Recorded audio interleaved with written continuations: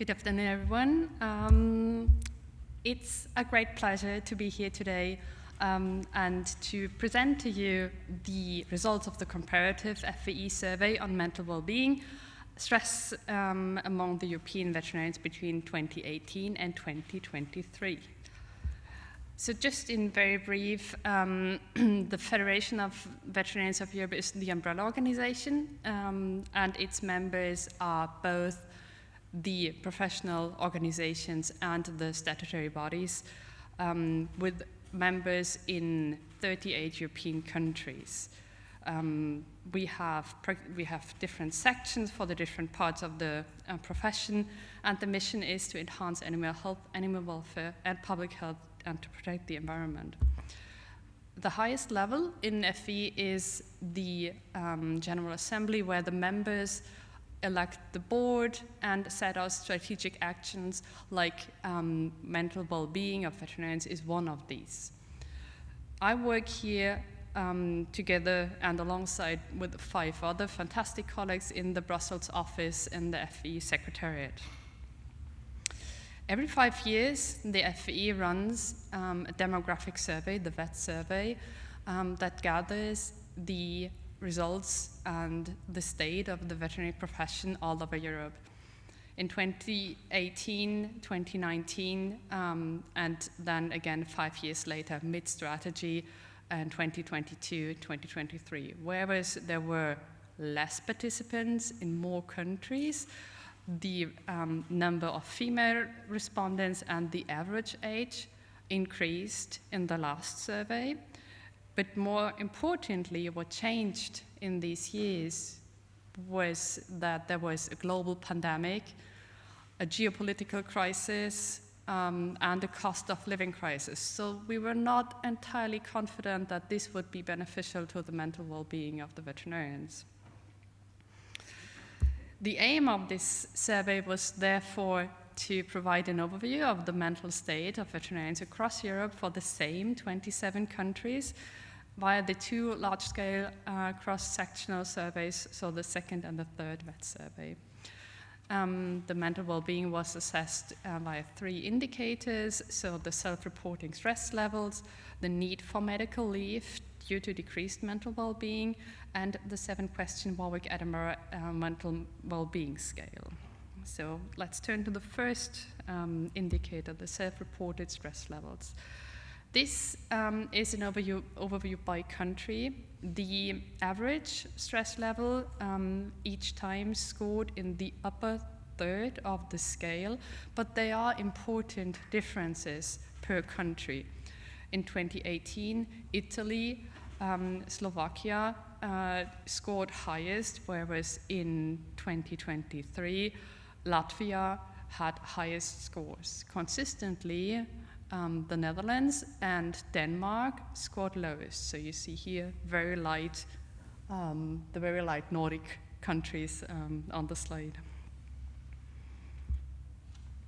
So the second indicator, the medical leave needed due to decreased mental well-being. On average, there was no statistical significant difference between the 2 surveys. There was neither a statistical significant differences between male and female respondents for both of the surveys, and consistently the need for medical leave decreased with age. You see here on the in light orange the results for 2018, and in dark orange the results for 2023. You would notice that there are, however, again, important differences per country, and there were 4 countries in which the need for medical leave statistically significantly increased, which were Latvia, Slovakia, Italy, and Iceland, and there were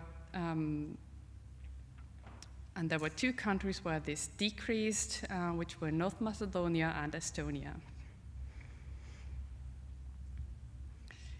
To the third indicator, so the Warwick-Edinburgh mental well-being scale, These were the 7 questions scale. So this asks about experiences, thought, and feeling of the past 2 weeks.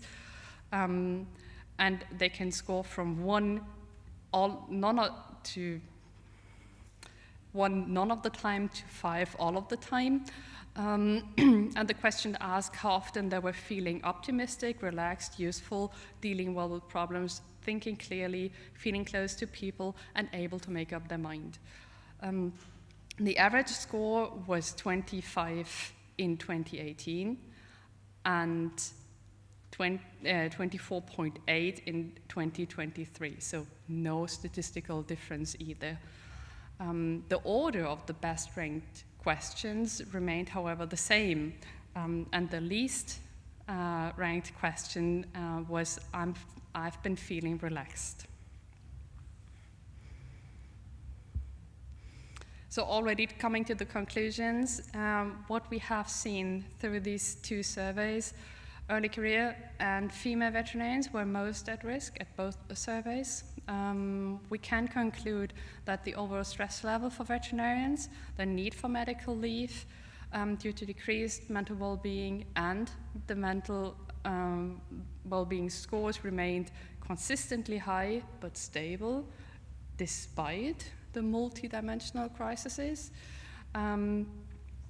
And we believe that improving veterinary well-being will be most successful by creating more resilient veterinary workplaces that prioritize the mental well-being, that pay attention to the work-life balance with respect to all employees and shared accountability, and that to create a supportive environment for the whole veterinary team.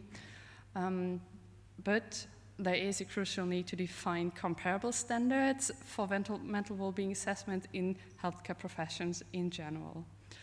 And with the very last slide, I would like to thank you for your attention. I would like to draw your attention to the to our FVE United in Diversity campaign, which you will find more information on our website. I would like to thank the organizers for this fantastic event.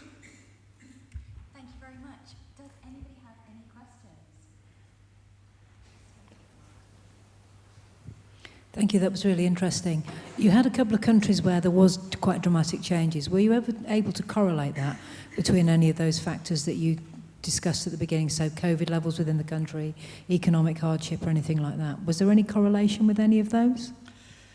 There are correlation but not causality, so this is something that is very difficult to assess through cross-sectional surveys to see where this is really coming from. Obviously, there are cultural differences. Different countries were affected differently by the different types of crises. And there's as well a cultural difference. So not only Dutch veterinarians, but Dutch in general are very happy.